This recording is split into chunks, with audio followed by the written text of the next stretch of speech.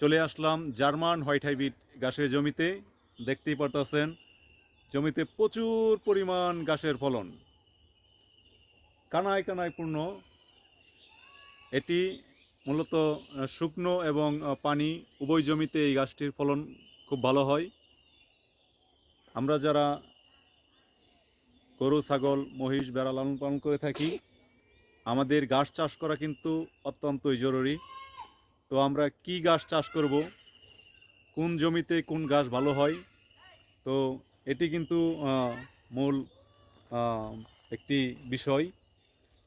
ঘাস চাষ করলেই হবে না, এমন একটি ঘাস চাষ করতে হবে যেই ঘাস আপনার একবার রোপণ করবেন 10 থেকে 15 বছর অনায়াসে সেই ঘাসের ফলন আপনারা পাবেন। এটি আমার এই ঘাসের জমিতে 6 থেকে 7 বছর আগে রোপণ করছি। এখন পর্যন্ত দেখতে পারতেছেন মাশাআল্লাহ খুব চমৎকার ফলন। এটির সবচেয়ে ভালো একটি দিক হচ্ছে পানি এবং শুকনো উভয় সময়ে এই গাছটির ফলন কিন্তু মাশাআল্লাহ খুব ভালো হয়। দর্শক দেখতেই পারতেছেন এখন কিন্তু শুকনো মৌসুম।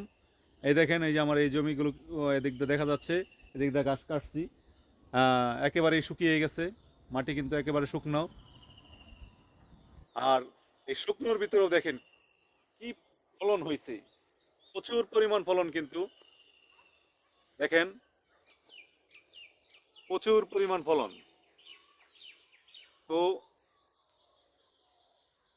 এই জমিটাতে কিন্তু অনেক পানি থাকে। আমি অনেকবার প্রতিবেদনে দেখিয়েছি যে এই জমিতে 3 থেকে 4 ফিট পানি থাকে এই জমিটাতে।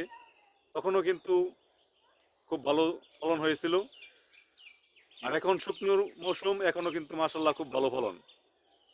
তো যারা ঘাস চাষ করবেন, এই জার্মান হোয়াইট হাইব্রিড ঘাসটা চাষ করতে পারেন। এটি আপনার সব সময় কিন্তু ভালো ফলন হয়। তাই যারা খামার করেছেন এখনও ঘাস চাষ করেন নাই, তারা এই জার্মান হোয়াইট হাইব্রিড ঘাস চাষ করুন। এটি খামারি ভাইদের জন্য খুবই লাভজনক একটি ঘাস, যেহেতু এটি পানি এবং শুকনো উভয় সময়ে হয়।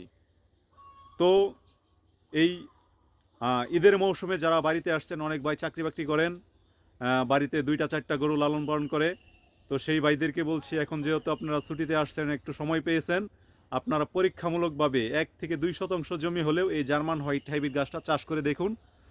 যেই সব জমিতে বছরে কিছু সময় পানি জমে থাকে, ওই জমিগুলোতে আপনারা এই জার্মান হোয়াইট হাইব্রিড গাছ চাষ করুন। আপনারা এটা সর্বোচ্চ ভালো ফলন পাবেন।